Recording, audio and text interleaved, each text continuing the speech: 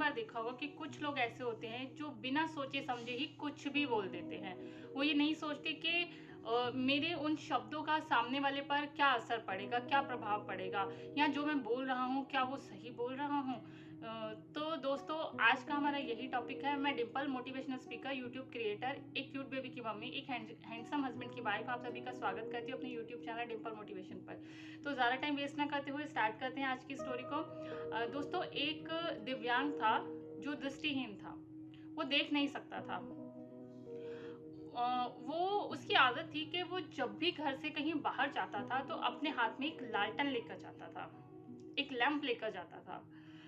तो हुआ यूं कि उसे एक दिन कहीं बाहर जाना था और उसे वहां पर देर हो गई और अंधेरा ज्यादा हो गया। तो जब वो वहां से अपने घर वापस आ रहा था तो हर बार की तरह उसके हाथ में इस बार भी एक लालटेन थी। अब उसने लालटेन को लिया और वहां से निकल पड़ा।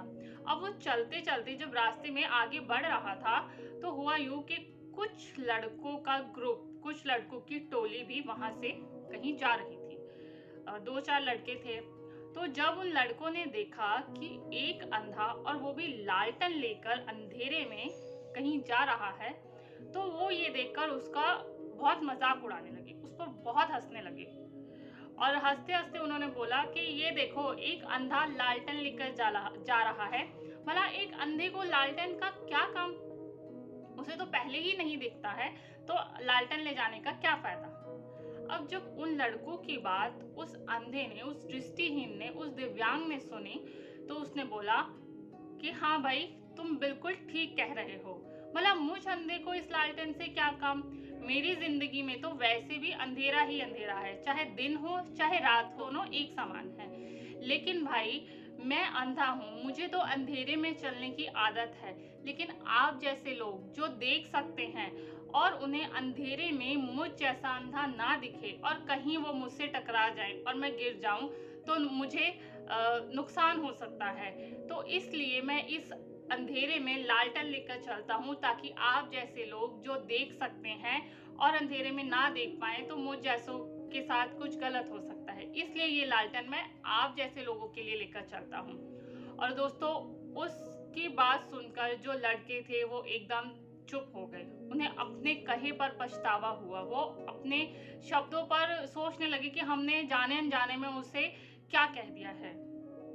तो दोस्तों, इसी तरह से कई बार हम लोग दूसरे को नीचा दिखाना चाहते हैं, दूसरे को काम में कमी निकालते हैं, दूसरे को गलत साबित करते हैं कि ये जो कर रहा है इसका क्या मतलब है या इसे पता नहीं है।